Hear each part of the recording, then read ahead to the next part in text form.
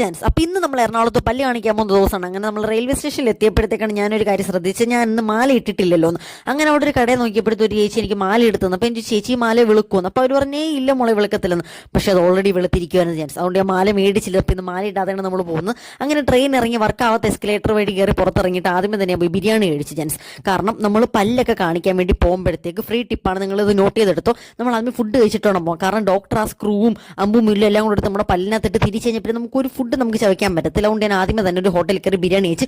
ഇത് അവിടെ എറണാകുളത്തുള്ളൊരു ഫേമസ് ഷോപ്പാണ്. കടയുടെ പേര് റഹ്മാനി എന്നാണ് ജാൻസ് കടയുടെ പേര്. പിന്നെ അത് ഇത്രയും ആൾക്കാർ അകത്തോട്ട് കയറാൻ വേണ്ടി അവിടെ പോസ്റ്റ് ആയിട്ട് നിൽക്കുന്നത്. അപ്പം തന്നെ നിങ്ങൾക്ക് മനസ്സിലാക്കി അത്ര തിരക്കുള്ള ഒരു ഫേമസ് കടയാണ്. അങ്ങനത്തെ നേരെ ഡോക്ടറിൻ്റെ അടുത്ത് വന്ന് പല്ലിൻ്റെ കാര്യങ്ങളൊക്കെ അപ്ഡേറ്റ്സും കാര്യങ്ങളൊക്കെ മനസ്സിലാക്കി. ഓൾറെഡി എൻ്റെ പല്ലിൽ ഇത് റിമൂവ് ചെയ്യേണ്ട സമയമായി.